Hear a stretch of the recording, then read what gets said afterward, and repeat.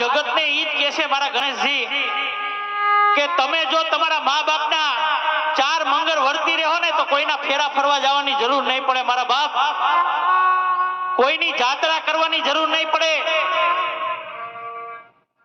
કોઈની માળા કરવાની જરૂર નહીં પડે. તમે જો તમારા મા બાપને પગે લાગશો ને એટલે તમને આ દુનિયાના પગે પડવાની જરૂર નહીં પડે એવું. કારણ કે તમને જો તમારા મા બાપની અંદર દ્વારકા વાળાના દર્શન નહીં થાય ને તો મંદિરે ગમે એટલા ધક્કા ખાઓ ને કોઈ દી મારા દ્વારકા વાળાના દર્શન નહીં થાય. કારણ કે ભગવાન થી પણ એક ડગલું જો આગળ હોય ને તો એ આપણા મા બાપ છે.